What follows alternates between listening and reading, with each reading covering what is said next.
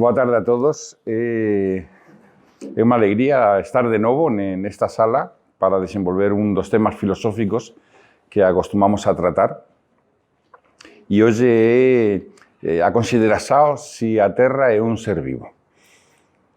É curioso porque esta mañá estaba a ler unha conferencia, unha desgravación dunha conferencia dun autor moito interesante, un dos personaxes máis polémicos do final do século XX e principios do XXI, que é Rupert Sheldrake, con toda a súa teoría morfogenética, e el, que é un biólogo e un científico toda a súa vida o foi, e ten reunido unha serie de personaxes ilustres, todos os personaxes importantes dentro da ciencia, para crear unha corrente de panpsiquismo, unha especie como de novo paradigma de panpsiquismo que se opoña ao paradigma mecánico, racionalista, en exceso, ¿no? E ele ten unha conferencia moito polémica, ele é sempre moito polémico, e dice, é o Sol un ser vivo? Entón, faz unha serie de argumentos moito interesantes, e ele explica en que medida esa pregunta tería parecido absurda a cualquier persoa a do Sol ou da Terra, é o mesmo. A cualquier persoa, pues, da antigüedade. O sea, antes de Descartes, que en certo modo creou esa oposición entre a materia e o espírito, entre a res extensa e a res cogitans, antes dele, quizás influenciado pela religión arcaica, non a religión cristá, mas as religións antigas, quizás porque unha visión universal, quizás porque unha percepción intuitiva, mas a realidade é que non recoñecer vida na Terra, mas nela, o sea, en todo o planeta, como un ser vivo, como un ser consciente, sensible, pues tería sido casi como una aberración. O sea, na época romana, na época grega, egipcia, azteca, tolteca, chinesa, japonesa, a Terra era a grande mae. O sea, é evidente, era a grande nutridora. E foi necesario que a conciencia humana mergullase nun paradigma que non consigue solventar realmente o problema da conciencia para, pues eso, para esquecer esa verdade fundamental que finalmente nos levou a unha especie como de oposición contra a natureza, usando demasiado excesivamente o lema bíblico de «Vosés son os donos da terra, da natureza, façan o que queran con a natureza e a terra». Ben, eso ten o seu sentido, ¿no? Mas cando se ultrapasa ese sentido, pues nos convertimos, en vez de ser os fillos da terra e quizás do sol, ou do espírito, ou da conciencia, pues nos convertimos no virus da terra. O sea, un virus patógeno da terra nociva que parece que está aí como para extinguirla. Entón, esa pregunta teria sido innecesaria. Claro, filosóficamente, que como vamos a considerar este tema, podemos falar da terra como ser vivo? Vocês saben que esta teoría se comenzó a tener importancia primero cuando se vio por primera vez a Terra de forma inteira. O sea, cuando fue a primeras expedições ao espacio y especialmente las primeras fotografías que se fixeron, creo que fue a primeira na órbita, cuando se estaba a orbitar, no sé si ya estaba ya na propia Lúa, a primeira fotografía onde aparece a Terra inteira vista desde a Lúa, ou aínda en forma de crescente, eso, quizás esa fotografía é que podemos dizer que dá nacimento á ecoloxía. O sea, a ecoloxía é, por primeira vez, ver a Terra como unha unidade, porque nós sabíamos intelectualmente que era unha unidade, tiñamos percorrido, tiñamos feito todo tipo de probas, tiñamos visto aí quizás a curvatura desde os aviones desde o alto, mas non tiñamos, até ese momento non tiñamos unha fotografía, o sea, unha evidencia empírica completamente clara, ¿no? para a nosa psique, porque a nosa razón ya sabía desa esfericidade.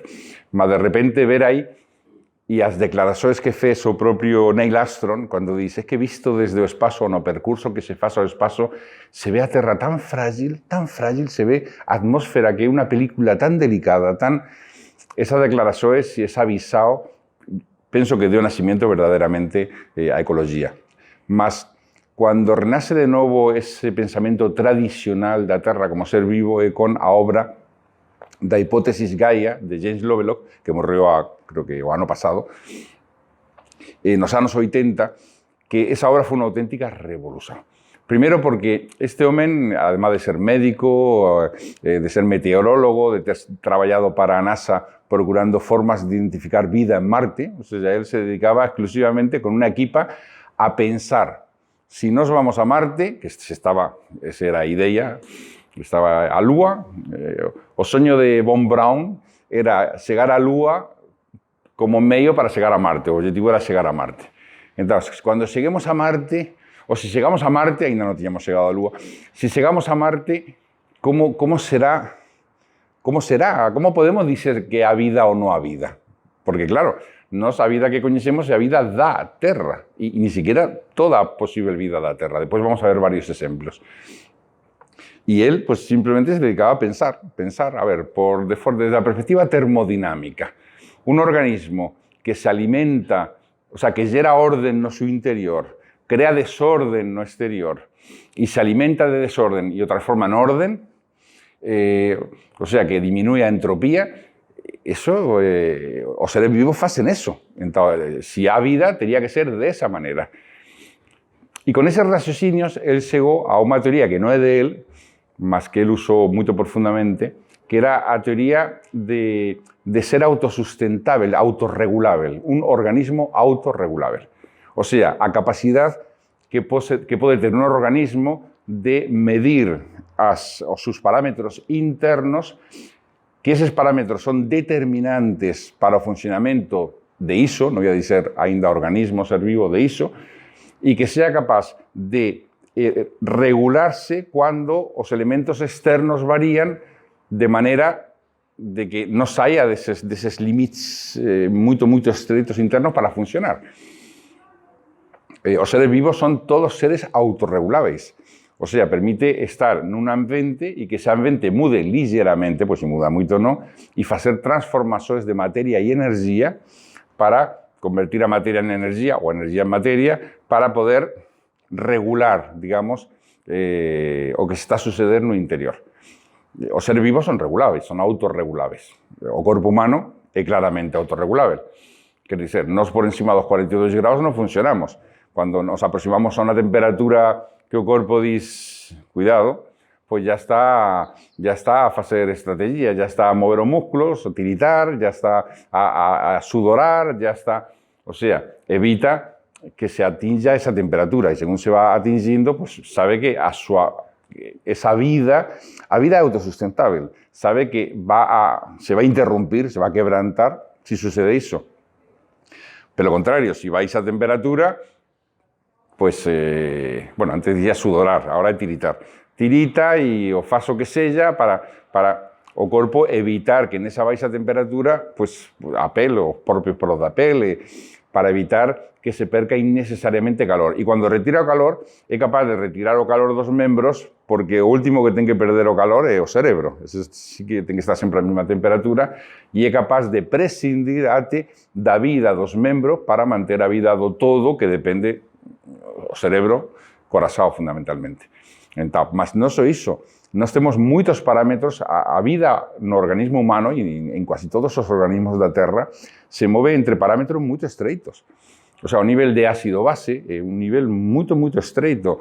Os niveis de calcio, de ferro, de cobre, o sea, moitos niveis de oligoelementos que temos no noso organismo están continuamente do propio azúcar. O sea, si bebemos azúcar o tomamos azúcar, no todo azúcar va ao sangue. Rápidamente a un mecanismo para evitar que se mantenga un nivel de azúcar suficiente, mas no demasiado, no sangue, e así nos coñecemos decenas de parámetros, mas nos coñecemos, quizás sean centenas de parámetros.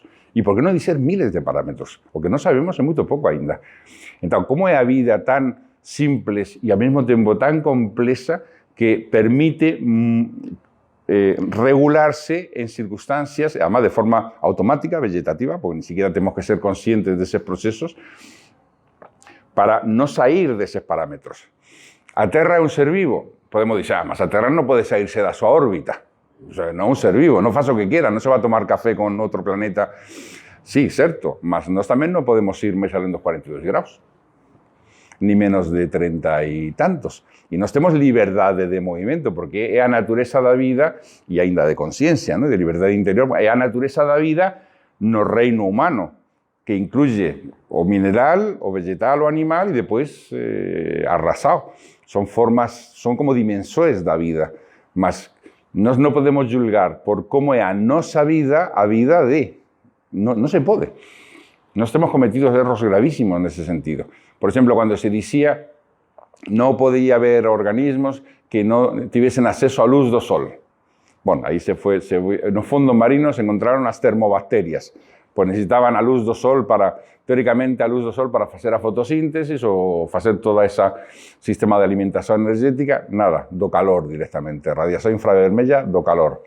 Non se pode, un organismo non pode resistir a radiación cósmica porque, e aí se descubre o urso da agua, non sei se coñecen ese bixiño que mide 1/4 de milímetro, que é unha auténtica revolución, y que é capaz de convertirse nunha pedra, o sea, é un organismo, un animal, tiene forma de urso, por eso se chama así urso de agua, y si non há agua, e ve que non pode viver sin agua, o que faz é se fecha sobre sí propio e prácticamente se converte nunha pedra, é unha pedra.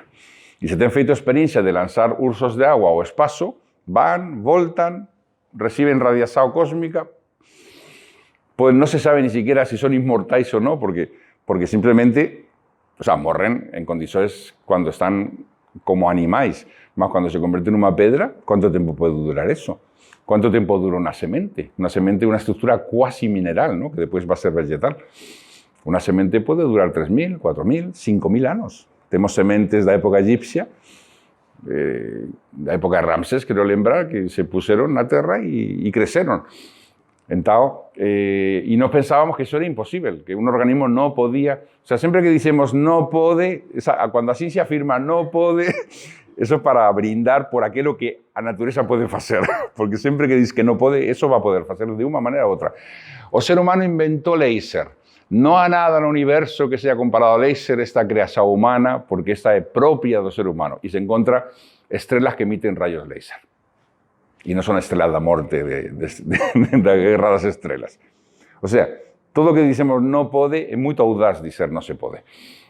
Entón, pues, a vida adquiere formas impensáveis e nós non podemos establecer parámetros da vida da Terra, voltando á idea inicial, simplemente porque non se corresponde ao que nos entendemos como un ser vivo. Que queremos? Que nos fale con voz humana ou que nos fale se a vida asume tantísimas formas. O que é evidente que, e iso que fez James Lovelock, demostrar, estudando os gases e a distribución dos gases na atmósfera, e ainda inventou un dispositivo de captar electrones para poder ver que gases había na atmósfera e como funcionaban. Estudando os gases, vio que a propia Terra se autorregulaba respecto ás circunstancias externas desfavorables para poder manter unha homeostasis. A palabra exacta é unha homeostasis. O sea, manter un equilibrio y se va adaptando. Claro, un organismo homeostático y da complejidad da Terra é difícil pensar que non seja un ser vivo. O sea, quasi arlasado homeostasis y grande complejidad que reduce y simplifica, etcétera, etcétera, que non se posa atribuir a vida. Que é un ser vivo? Probas de que é un ser vivo? Pois, nós podíamos probar que nós somos un ser vivo? Ou podíamos probar que cualquier elemento da natureza é un ser vivo? Sí, podíamos dicir, ten automovimento. Ben, os minerais non ten automovimento. Os minerais están vivos? Segundo os parámetros da nosa ciencia, non, mas há científicos que aceitan ya unha forma de vida no reino mineral que dá o que sería a resistencia. O sea, nós geralmente temos como propiedades da vida a propagación. Esa é a primeira. A respiración, unha forma de respiración, o sea, de troca energética, inclui alimentación, e depois o facto da propagación. Un virus está vivo? Há moita polémica. Há científicos que dicen que sí, outros que non, que é unha estructura tipo mineral porque usa a capacidade de propagación dos outros, o sea, usa un medio para poder propagarse con as súas sustancias, etcétera, etcétera. Entón, a Terra é un ser vivo? Ben, onde que comeza a vida, onde que termina a vida? Ese é un tema... É un ser consciente? É un Deus? Porque, se é un ser consciente, non vamos a dizer que é un Fernando Pérez. O sea, sería... O sea, esa dimensión... Eso nos levaría a filosofía de Spinoza, onde diz que todo é Deus e dis o corpo de Deus e a natureza, a mente de Deus é o que chamamos Deus. Esa mentalidade tan linda de Spinoza, onde todo é un, as cousas non poden ser dois. Como dicía Platón, non pode haber dois universos, non pode haber un quebrantamento da unidade. Onde que se establece o limite? E, de facto, onde que se establece o limite da vida? Se a vida é un ente mecánico, pues, que põe en movimento as coisas, que é mecánico nada máis, que é unha especie como de fruto mecánico do azar, do acaso, mas é así. Non podemos dizer que a formación das proteínas, ou digo moitas veces aos meus discípulos, se Darwin tivese coñecido e estudado biología molecular, quizás non teria pronunciado toda a teoría que fez. Porque a complexidade da biología molecular, que son máquinas extremamente complexas, conjugadas máquinas dentro de máquinas, dentro de máquinas, dentro de máquinas, o acaso non dá, non há ceros para por probabilidade para dizer que existe a probabilidade de que eso suceda así. O sea, que se forma a primeira célula que já va a comenzar o proceso de sobrevivencia do máis apto. Para chegar a esa primeira célula primigenia, a probabilidade é cero. Sí, me dice cero, no es cero. La probabilidad es 0.0000 ateo sol. Muy bien. No es que eso es cero. O sea, eso é a idea que dicía Blavatsky. Vocês pegan, dice, eu acreditar que o universo é fruto e a natureza e a súa perfección e os sutelos, a súa finalidade. Porque todos os biólogos recoñecen unha finalidade na natureza e a evolución va e adirezado de e o sentido da evolución de. O sea, a unha finalidade, non é producto do acaso. E dicía, se nós lanzamos unha mesa ou dúas mesas, unhas cadeiras e, non sei, papel ou cualquier coisa, é isto tamén, e o lanzamos desde o quinto andar, e iso forma un órgano, e ese órgano toca unha obra de Bach, eu recoñezo que o universo está feito ao acaso. É o mesmo, o sea, se vocês me convencen de que eso é posible, claro, chegaría un matemático moito estricto e diría, é que é posible, a probabilidade é moito pequena, mas é posible. É posible? Realmente é posible? O sea, dá ceros, 0 ateo sol, 0.000000 de probabilidade até chegar ao sol escribindo, e ainda así, esa é a probabilidade ou é menos ainda? Ou menos, e ainda menos, e ainda menos, e ainda menos.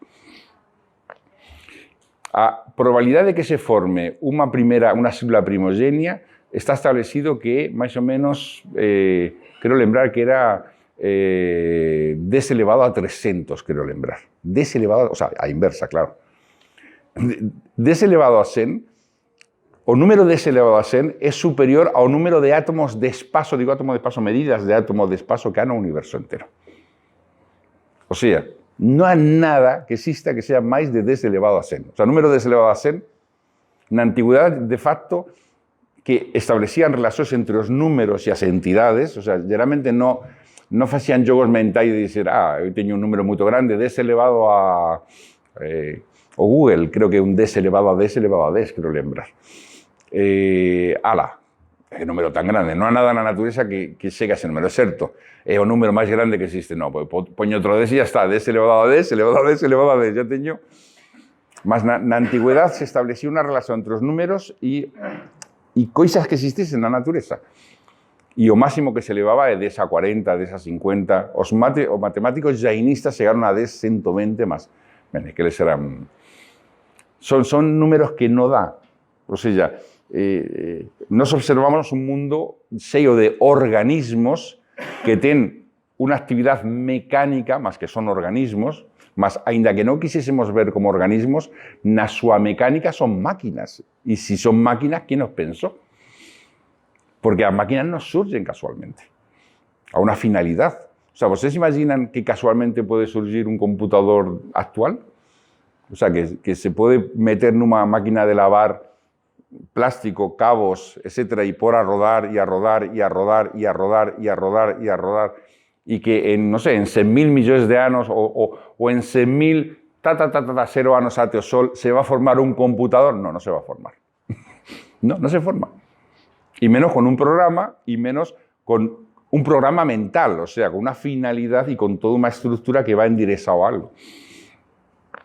Então, claro, si pensamos que a realidade comeza sendo mental e que o todo desde o todo surgen as partes, que esa mentalidade da filosofía antiga, o sea, nunca se perde a unidade, onde que podemos dizer que non está a vida. O sea, as nosas células, nós estamos feitos de células e unha grande parte de microorganismos que están especialmente están no corazón, están no cerebro, están que non ten o noso código genético, que son tipo bacterias ou microorganismos e que son vitais para a nosa saúde.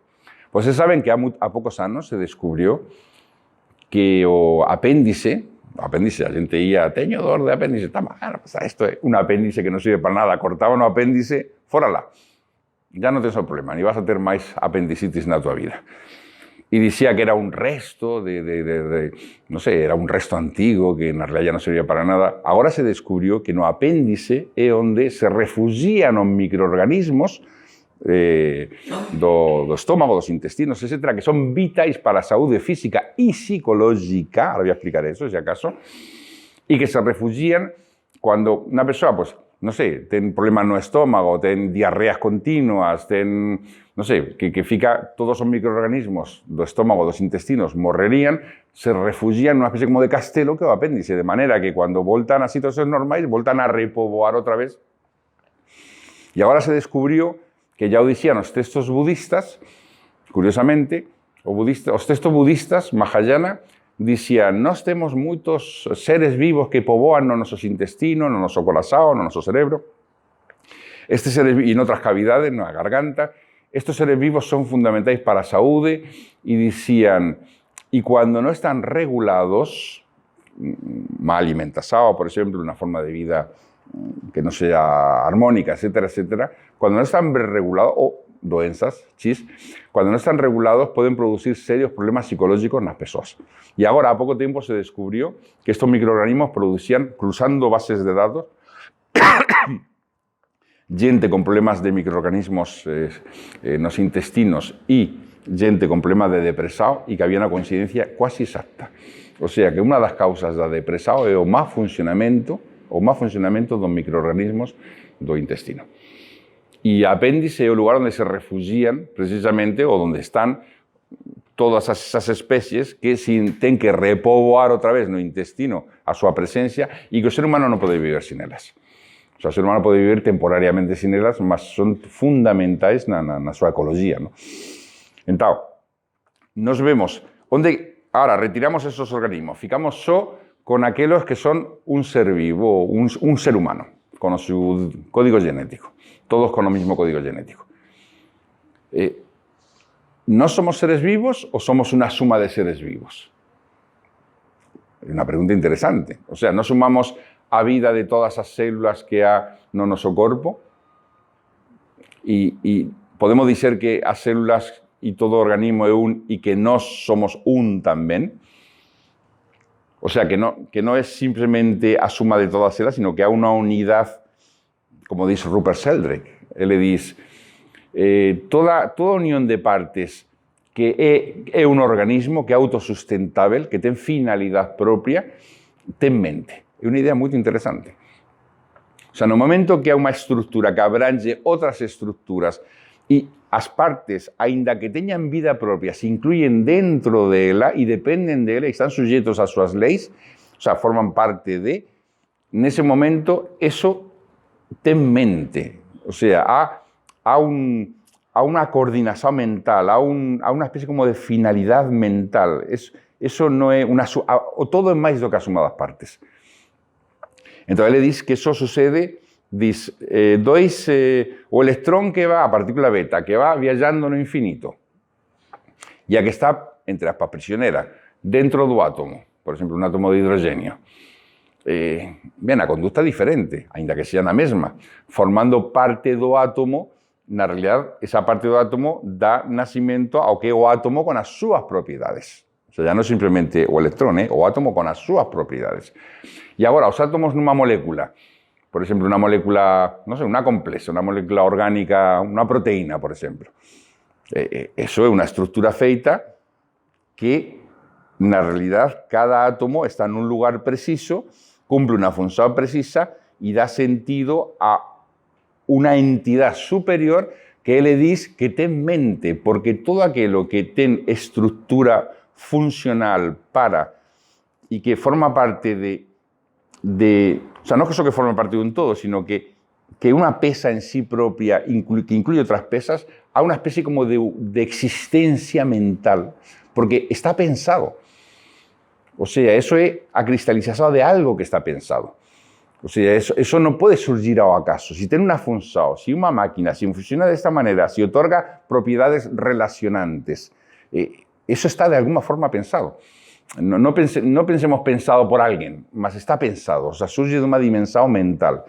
Entonces él va diciendo que todo organismo autosustentable o toda forma que tiene un sentido y que las cosas encuentran una armonía en ellas. Pues dice, por ejemplo, si nos tenemos aquí una serie de cadeiras y juntas y ajuntamos con otras cosas, no, eso no son partes de un todo, son cosas que están juntas. Parte de un todo cuando son partes funcionales de un todo. Y el todo no puede existir sin esas partes y además él da a propiedad de autorregulable. Y él va haciendo escadas de vida y se da cuenta que en todas esas escadas de vida es como si fuese a diferentes degraus o escadas de una vida universal. ¿Por qué decimos que no hay vida en un átomo? Un átomo es una entidad vibrante, no una pedra o acaso. O sea, un átomo es una cristalización de ondas electromagnéticas, un estado cuántico, donde eso es una realidad viva, o sea, eso es mente casi. Allá hay físicos que están a decir que eso es mente, una cristalización de mente. Entonces, ¿por qué no va a haber vida en un electrón? ¿Por qué no va a haber un átomo pulsante? ¿Por qué no va a haber vida en una molécula? ¿Por qué no va a haber vida, no sé, en una célula? Y los tejidos no son entidades vivas cuando organizan de la manera como organizan las células, los tejidos de un organismo humano, por ejemplo. Y los órganos, un órgano tiene vida propia. O sea, los órganos, cuando pegan un órgano de una persona, ponen otra persona, hay un film muy o médico que es autista, ¿cómo se llama?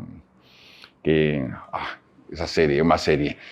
Y hay un capítulo donde él tiene que operar un fígado, porque tiene que sustituir el fígado, que estaba, para una persona que estaba en una operación, en medio de una operación, tiene que traer el fígado de otro hospital, más él ve el fígado y se da cuenta que el fígado está doente y que no puede por doente, no paciente, y opera el fígado, o opera. O sea, es un ser vivo que va a entrar dentro de otro ser vivo y que va a mudar ainda o carácter. Pues ya está probado que a gente que faz operaciones de órganos muda o carácter. Entonces, há algo nos órganos que se incorpora a algo vivo que se incorpora no propio temperamento da pessoa. Entonces, os órganos son seres vivos e o corpo é unha suma de órganos, mas nesa suma, cada órgano asume a súa función e o propio ser humano está vivo. E se continuamos eso en base a degraus, non vamos a chegar á Terra como grande organismo vivo. A Terra ten moitos misterios, moitos deles están a sair á luz, mas quase non se fala deles, e é moito triste. Por exemplo, a Terra até agora se pensaba que era pues, a Terra como a vemos. E, bueno, depois a atmósfera, vale. Platón diz que os seres humanos non viven na superficie da Terra, dice que viven no interior da Terra. E unha idea moito curiosa, cando lo lemos no Fédon. Claro, e nós vivemos no interior da Terra. O sea, a pel da Terra é a atmósfera. O sea, as 7 camadas da atmósfera, que se falaba antes, son como as 7 camadas da pel. Entón, nós estamos dentro non estamos na superficie da Terra, estamos dentro da Terra, estamos dentro da súa sustancia orgánica que é a atmósfera. O sea, en certo modo, a roxa sería, en certo modo, os osos ya, metafóricamente falando. Entón, é certo que dicía Platón, nós non somos intraterrestres, non somos terrestres, somos intraterrestres. Mas, se nós vamos ao campo magnético da Terra, o campo magnético é a parte, digamos, é a Terra tamén. O sea, o magnetismo da Terra, onde que dices que termina a Terra? É parte da Terra, é a Terra, na realidad. O sea, que o que non vemos da Terra é pues eso, 6.000 kilómetros de radio, mas depois temos un campo magnético así, gracias ao cual sobrevivimos porque evitamos todo o campo magnético eyectado do Sol, ¿no? O vento solar. Mas agora, a pouco tempo, se descubrió e seguro que pouca gente ouviu falar de iso, a geocorona. Alguén ouviu falar a geocorona? A geocorona resulta que a atmósfera máis externa da Terra, formada por hidrogenio, va até 50 veces o diámetro da Terra. E que abrange 2 veces a distancia Terra-Lúa. O sea, que a Lúa está, desde esa perspectiva, dentro da Terra. Porque, evidentemente, nos temos que considerar a Terra igual que o Sol. Consideramos o Sol até onde chega o vento solar, o sea, non simplemente o sistema solar, até onde chega o vento solar, a heliopausa. Nos temos que considerar a Terra até onde chega a camada máis exterior. A camada máis exterior, que se saiba agora mesmo, é a geocorona. A geocorona abrange 2 veces, o sea, até a Lúa, e creo que 2 veces máis, ou unha vez máis, non me lembro. E está formada de hidrogenio. E se sobe quasi de forma casual cando o Soho, que estaba a medir o Sol, comezou a facer fotografías da Terra e se viu unhas zonas luminiscentes, e estudando esa luminiscencia, isto é gas, é atmósfera. É atmósfera de hidrogenio, nada máis. O sea, antes de ter hidrogenio, non sei se é monoatómico ou en forma de gas, mas é hidrogenio, non é hidrogenio que está no espazo, porque todo o espazo está cheio de hidrogenio monoatómico, non. Hidrogenio en unha densidade máis grande e pende todo da Terra, o sea, a Terra é o foco dese. E, de facto, cando o Sol envía a súa irradiación, na cara iluminada, o sea, na cara iluminada da Terra, se comprime moito esa geocorona e depois na parte non iluminada se expande. O sea, que está expandida con respecto a estar apuntando á fase iluminada do Sol. É moito interesante iso. Entón, eso, nos vemos a complexidade da Terra como organismo e depois a Terra é un ser vivo. Vamos ya no para a ciencia, para a sensibilidade poética. Como pode non ser un ser vivo aquilo que coordina armónicamente tantísimos ecosistemas, tantísimas, e que está a falar ya quasi como poeta ou como místico, e que se percebe que hai un orden implícito, o sea, que hai unha especie como de alma mater, orden implícito, que está coordinando todo, que está facendo que nada se desperdicie, ¿no? Como dicían os clásicos, tú queres saber unha boa economía, a economía da natureza. O sea, a natureza, esa sí que sabe facer economías. Non se perde un átomo de nada. O sea, todo retorna ao seu ciclo. A economía que nós temos fabricado nos últimos 3 séculos é unha economía aberrante. É aberrante, porque é unha economía que se non se acelera no crecimento, morre. Que organismo, se non se acelera no crecimento, morre? Os virus, quizás, non? O sea, eso una economía que no es sustentable, que necesita para sobrevivir un PIB cada vez más grande, cada vez más grande, cada vez más grande, cada vez más grande. Y no mantenerse en el mismo sitio. Si se mantiene en el mismo sitio, se rompe. Entonces es una berraza completa. Entonces, cuando vemos esa economía, ¿no? Esa ciencia da casa que decía Aristóteles, ¿no? Oikos, a ciencia da casa. Cuando vemos a economía da natureza, mas cuando vemos tamén a armonía que hai detrás, vemos, non sei, elementos que van moito máis alén da lei de sobrevivencia do máis apto, aínda que esteja incluído tamén esta lei na natureza, mas há moitas outras leis. É moito difícil non perceber esa vida. Fue necesario 3 séculos de intoxicarnos a mente con un materialismo brutal, como dice Rupert Sheldrake, dice, si é que ¿por qué tenemos que pensar en termos mecanicistas cuando muchas veces no se demuestran muchas cosas y simplemente las aceptamos porque ese es el paradigma materialista? Él escribió un libro que creó mucha polémica que se llama O fraude da ciencia o engano da ciencia, que son 10 verdades que aceptamos sí o sí, o sea, son dogmas ya que ninguén pode mover y que nunca fueron demostradas. Nunca. Unha delas é, por exemplo, a natureza da memoria. Como funciona a memoria. Outra, como funciona a consciencia. E ten varias máis. Outra, a variabilidade das nosas constantes. O sea, a constante gravítica, teóricamente, teria que ser constante. Porque establece a trazada entre dúas masas, a distancia ao cuadrado, e o que dá esa relación con esa constante, neste caso, ten que ver con a masa da Terra, No, no ten que ver con la masa de terra, ten que ver con la constante gravítica. A masa de terra ya está incluida en la ecuación. Esa constante de gravitación, pues, a variantes, y él se dedicó a ver las variantes que había, y a variantes eran bastante variantes. Eso que, claro, los científicos decían, erro dos instrumentos, y él verificó que a variabilidad do dado das constantes ia moito máis alén do erro que podían producir os instrumentos. E dicen, non será que o que tú chamas constante responde a unha lei? E por que a constante universal nos eclipses, que eso está probadísimo, nos eclipses a constante universal de gravitación muda e bastante? Por que muda a constante de gravitación nos eclipses? E a masa da Terra é a mesma, a masa, non sei, as masas estelares que nos rodean son as mesmas, por que va a mudar? Porque muda, e é constante, ya está a incluir. Non se sabe, non se sabe. Igual que non se sabe a natureza da gravitación. Non se sabe cuál é a causa da gravitación. Entón, há unha serie de dogmas que él estudou e dice, nos ficamos con eses dogmas porque concordan con un paradigma materialista. E, digamos, a mente humana foi entrando no materialismo desde há 3 séculos, ficou mergullado completamente e, aínda que son cosas que non se proban, se deixan de lado. Non se queren estudar. É como a famosa pirámide, que falo moitas veces dela. Vocês se lembran dese señor, os que teñan a edad un pouco máis, se anda milla gerasao, se van a lembrar. Esa pirámide dese libro Enigma da Grande Pirámide, que foi moito famoso nos anos 80, a principios dos anos 80, non sei se alguén teve ese libro, leyó a Grande Pirámide, que incluía un cartonciño con unha pirámide para facer experiencias. Pegabas o cartonciño, que era unha pirámide, con a escala da Grande Pirámide, e a altura da Cámara do Rei puñas láminas de barbear, e efectivamente as láminas de barbear duraban 10 veces máis. E se puña un limonsiño, eu pus, e efectivamente o limonsiño ficaba momificado. E por qué? E este home quis patentar unha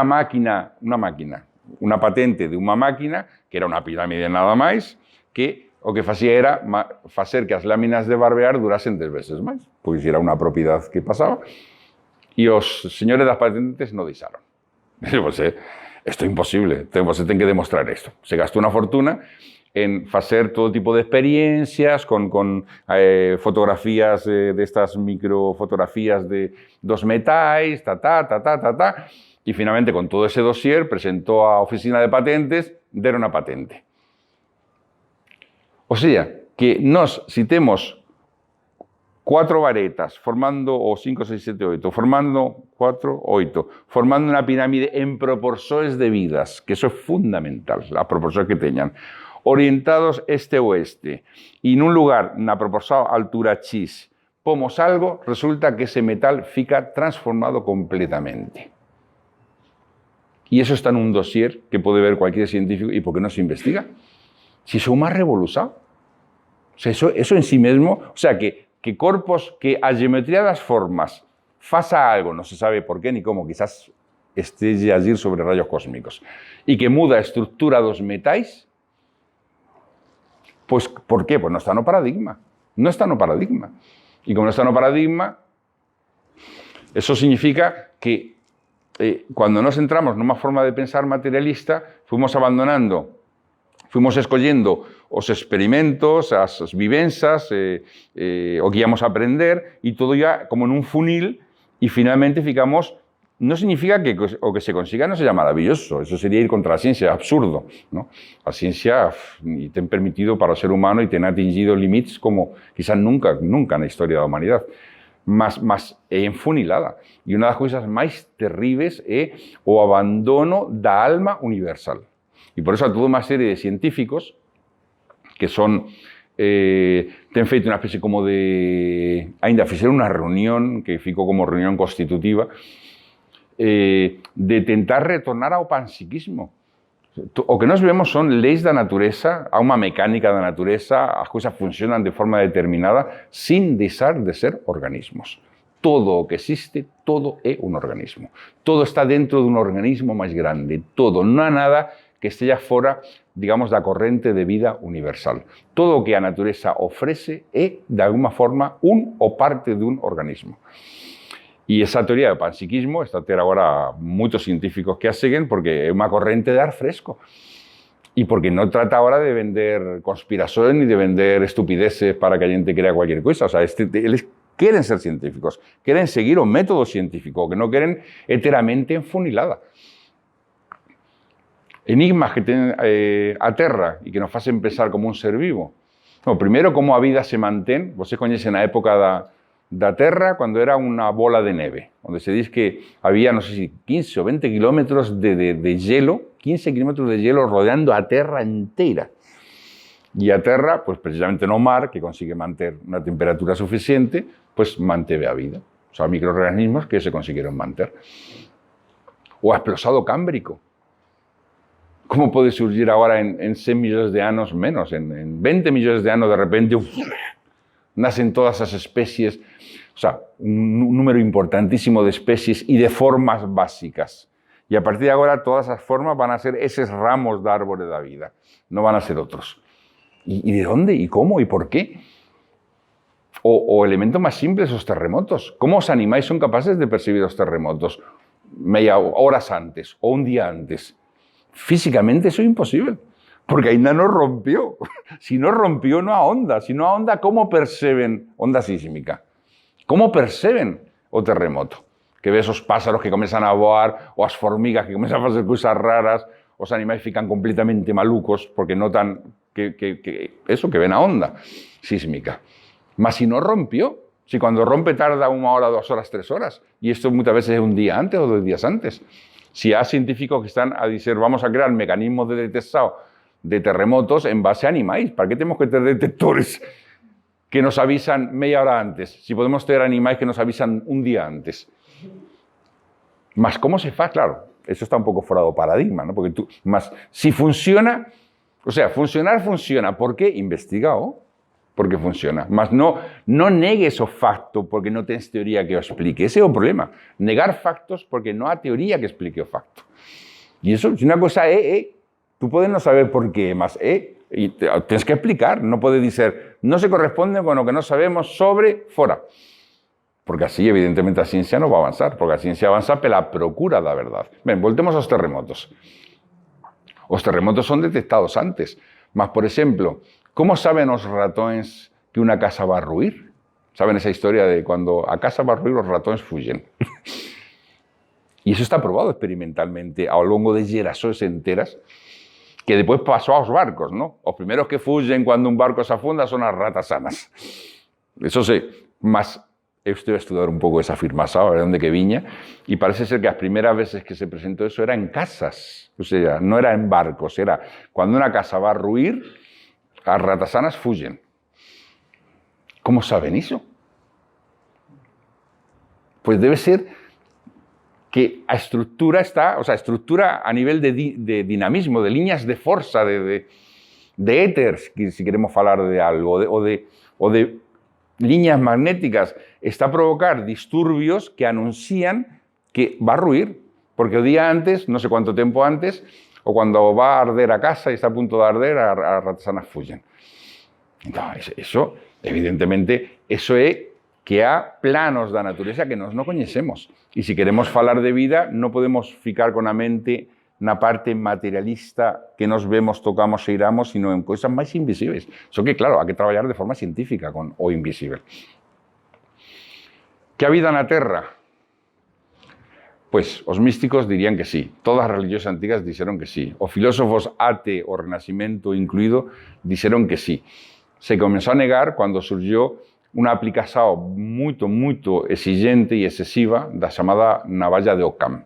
Y si tú no puedes probar la existencia de algo, no tienes por qué aceptar. Esa es más o menos. Tienes que explicar siempre pero los termos más simples.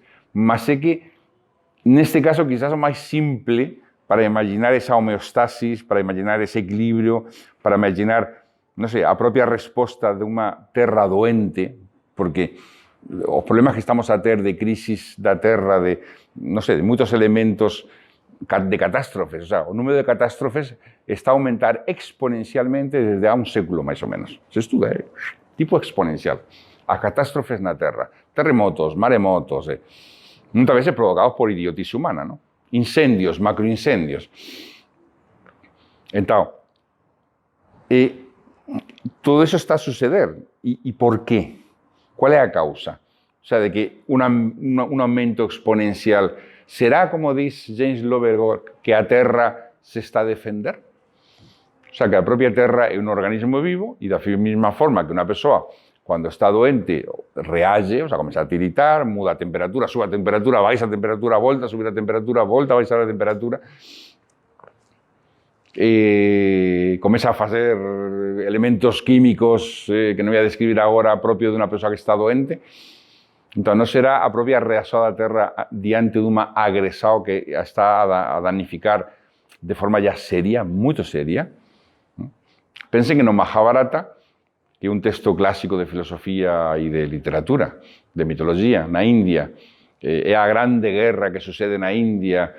Surge esa grande guerra porque a deusa da Terra, Bhumi, na India, se va a queixar ao rei dos deuses, a Indra, e diz: estoy farta de que me pisen pés impiadosos. O sea, estoy farta de tantos seres humanos y además tan moralmente contaminados. O sea, dúas cousas, tantos e tan contaminados moralmente. E estoy casi a morrer, estoy a defiñar. É curioso a actualidade de algúns mitos onde a propia Terra dice: estoy a morrer, necesito a tua ayuda. E, pues, ele é o rei dos deuses, ten que garantir a homeostasis universal. E, moito ben, vai a facer que encarnen as almas dos grandes deuses en formas de heróis nun bando e noutro. E van a facer unha ceremonia de sacrificio que é unha guerra. Nesa guerra, todo ese karma negativo se va a purificar da mesma maneira que o mal ambiente se purifica nunha tormenta. O sea, nunha tormenta, os rayos crean cargas eléctricas que purifican o ar, ¿no? E, bueno, é o que sucede. Mas é curioso esa declaración: estoy a morrer e necesito a tua ayuda. E que a propia Terra se defende. O profesor Libraga, que foi fundador de Nova Acrópole e foi un mestre, grande mestre con mayúsculas, él dicía que a Terra é un ser vivo, evidentemente, e dicía, é un ser vivo e ao mesmo tempo un mecanismo, como todos nós. Todos nós somos seres vivos e mecanismos ao mesmo tempo. Estamos regidos por leis, evidentemente. Entón, a Terra ten un sistema de válvulas de seguranza. Como válvulas, ten como 7 camadas de válvulas de seguranza. Imagino que eso era unha instrução esotérica que él tiña recibido dos seus mestres. Diz, e entón, cando se van violando eses selos ou esas válvulas, va reagendo. O sea, há cousas que a Terra non pode permitir. O sea, mas claro, non age inmediatamente. É como un ser humano. Há certos elementos que un ser humano, a vida dun ser humano non pode permitir porque morre, entre outras cousas. Entón, va reagendo e diz, si a ofensa, neste caso, a ofensa producida pelo ser humano, si a ofensa va ultrapasando esas medidas de seguranza, en cada unha delas a Terra age máis violentamente, máis violentamente, máis violentamente. E finalmente, como dicen os textos tibetanos, a un texto tirado da tradición Kalachakra, posiblemente, que diz, e cando os fillos da Terra invadían a Mae, os sacudía do su dorso. É curiosa a expresión. O sea, cando os seus fillos se tornaban ya un peso desnecesario, facía así. E claro, non era a destrução da humanidade ou de toda forma de vida, mas quasi. E é curioso porque nós temos a nivel, podemos medir a nivel fósil, como a Terra teve moitos procesos onde, non digo por causas morais, evidentemente, non estamos a falar as mesmas causas do ser humano ou da ignorancia humana, mas no fundo, a propia Terra tuvo procesos onde prácticamente o número de especies se reduz quase un 95-96%. E outra vez voltou a florecer, e outra vez se reduz, e outra vez voltou. Hubo un momento onde foi entera carbonizada, ¿no? O carbónico, toda era, onde prácticamente toda a Terra ardió e unha camada geológica de carbón. E, no entanto, claro, a vida sobrevive e retorna. A cuestión é se nós estamos a violentar as válvulas de seguranza para provocar catástrofes que nos leven a unha edad media ou catástrofes que nos leven a unha edad de pedra. O sea, há tipos de catástrofes de edad media, tipos de catástrofes de edad de pedra. E como dice James Lovelock, el dice, todas as meias tintas e todo o que se quere facer, eso escribió pouco antes de morrer, o pobre. Dice, non sirve para nada. Eso non sirve para nada. Dice, necesitamos formas claro, no fue muy divulgada a su mensaje. Dice, necesitamos una fuente de energía que sustituya inmediatamente y de forma 100% todos os carbóns, o petróleo, etcétera, etcétera. E ele dicía que pode dar problemas, sí, mas quizá é a solución, até que encontremos unha forma máis limpa ainda. E ele propuña, eu non o propoño, que non estou a favor ni en contra, porque é un tema que non coñezo en profundidade como para dizer sin ou non, mas ele propuña a energía nuclear, a de fissao.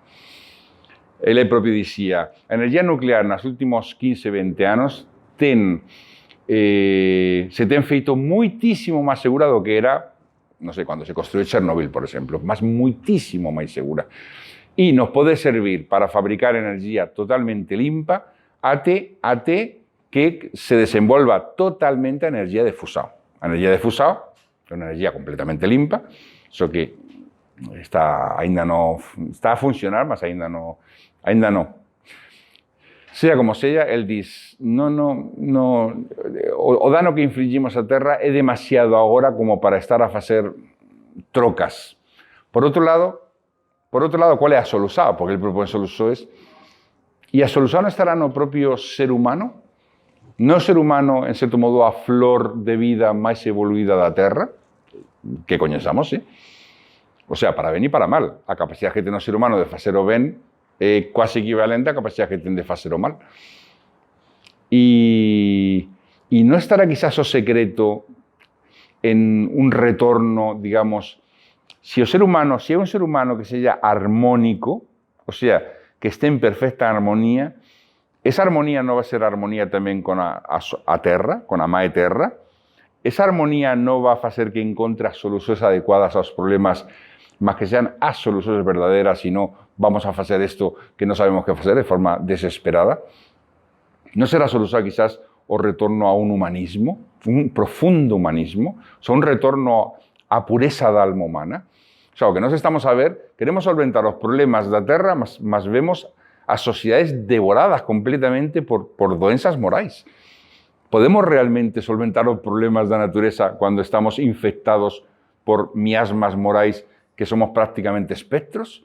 E a gente está todo o mundo infeliz, descontento, angustiado, doente, con pánico, con angustia, con desespero, e iso abrange prácticamente toda a Terra? Non será quizás mellor que o ser humano retorne ás verdades fundamentais, a unha vivencia armónica? Non será o ser humano unha pedra filosofal en sí mesma para a Terra si consíguese conquistar, digamos, a gran sabiduría? Estos son quizás reflexiones que deberíamos facérmonos. Y voy a terminar con una máxima que aparece en un libro místico tibetano muy bela, que fue traducido por Blavatsky, llámase Voz do Silencio, y dice, ayuda a natureza y ela te considerará como un dos sus creadores. O sea, ayuda a natureza y ela te considerará como un dos sus creadores y abrirá diante de ti as súas portas até que seas capaz de coñecer o seu corazón virginal. É muito lindo porque non é fácil dizer que significa ayudar a natureza. Que é ayudar a natureza? Plantar árbores. Sí, mas non só, evidentemente. Que é ayudar a natureza? Evitar incendios, como fixeron en Estados Unidos, e iso provocou agora os macroincendios. Coñecen a historia, non? O sea, se pasaron 30, 40 anos en Estados Unidos evitando que non hubiese nas reservas forestais, que non hubiese ni un incendio. Mas ni por rayos, o sea, cuando había un por rayos, rápidamente aí estaban o exército salvador das árbores. E claro, despois de 40 anos, ou 50 anos, cando se llera un incendio, é imparável. Son os famosos macroincendios. Há moitos documentarios en internet sobre o tema. E foi o erro gravísimo de querer tutelar de forma excesiva, ese sería un ayudar a la natureza sin inteligencia. Entón, e como podemos ayudar a natureza? Onde que está a medida? Eu non sei onde está a medida, mas o que é claro que a única forma de encontrar a medida é, non sei, é retornar ao máis puro da alma. Non vamos a encontrar a medida de forma científica externa, sino temos que encontrar no que dicían os alquimistas, na propia pedra filosofal do que é o ser humano. Até que o ser humano non retorne a sí mesmo, va a contaminar a natureza. O sea, si nós contaminamos aos outros na nosa presencia física, psicológica, conversacional, etcétera, etcétera, que diferencia entre eso e contaminar a Terra? É o mesmo. O Son degraus do mesmo. O sea, até que o ser humano non retorne a súa identidade máis pura, máis luminosa, até que non seja verdadeiramente un fillo da alma da terra, o seu fillo predilecto, porque é o degrau máis evoluído da natureza que nos coñecemos cá, entón, até que non façamos eso, evidentemente non vamos a solventar o problema. Que a terra é un ser vivo?